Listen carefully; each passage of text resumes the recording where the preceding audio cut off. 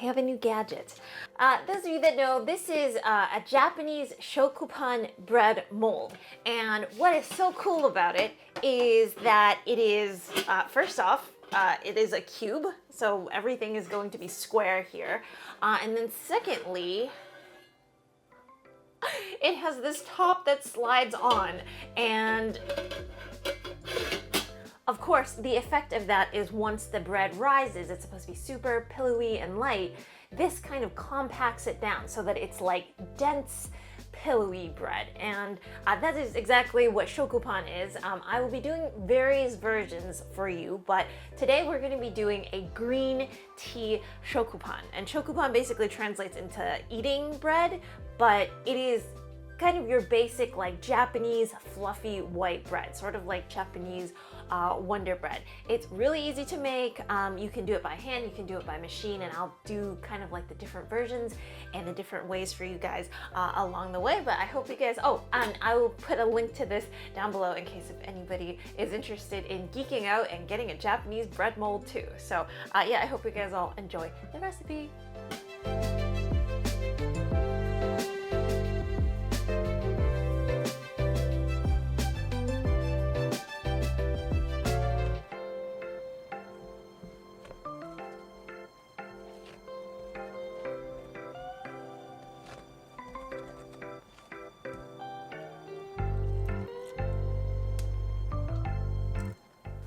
So I was kind of worried that my green tea wasn't green enough. So what I ended up doing was I took some pandan leaves and I blended it with some water and then strained it out afterwards. So you guys can do that, or you can actually go completely with water.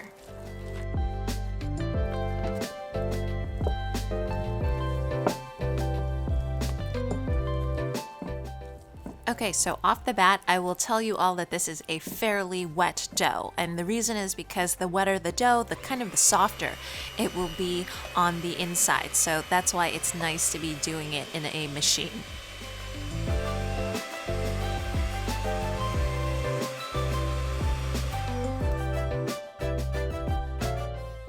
Okay, so you can see that the dough has gotten just a bit smoother. We'll adjust for flour if we need to a little bit later.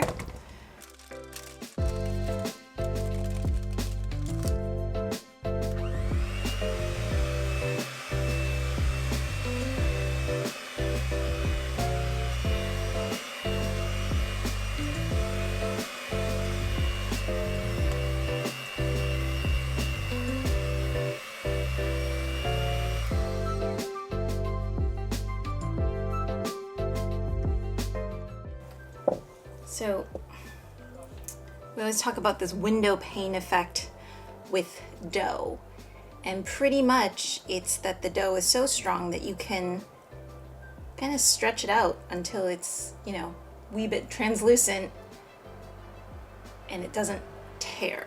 So that's when you know that the mixing is good.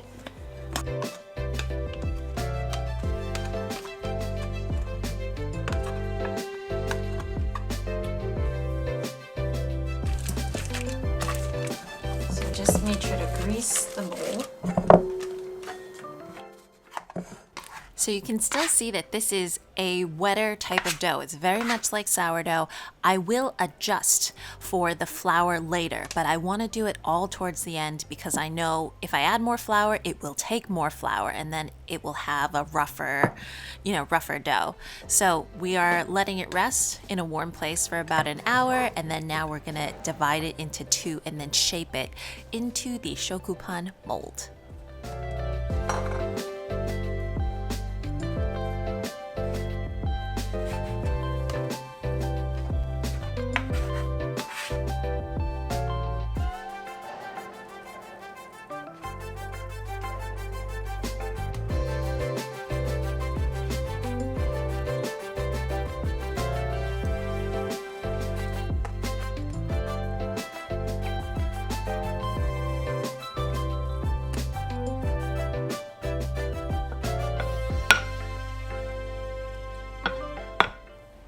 So right here, I've actually greased the board a little bit, and it's just right at the end that I want to add a bit of flour.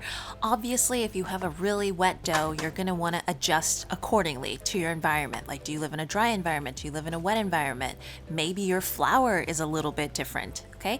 So, but just, have it be around this texture, and then, just fold the sides up, and then we roll it up very much in the style of like a Hokkaido milk bread.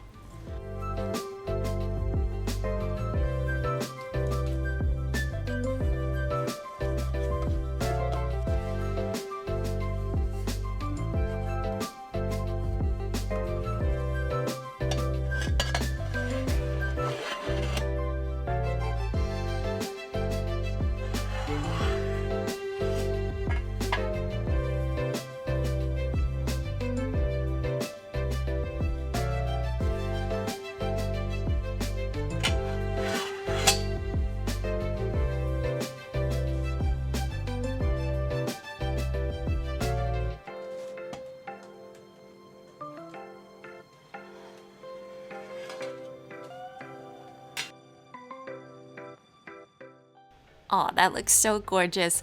One thing I'm going to recommend is I kept the lid on as it was cooling, and so that made the top bit a little less crunchy. So what I'm going to recommend is, oh, look at those edges. As soon as it's done baking, just open that lid so that the water doesn't build up.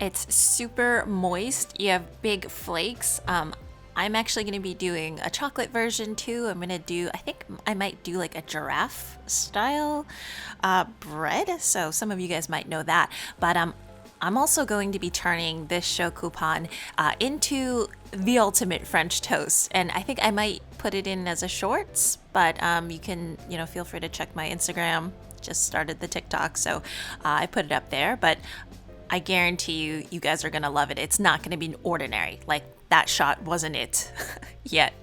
Anyways, I will see you guys all again next time.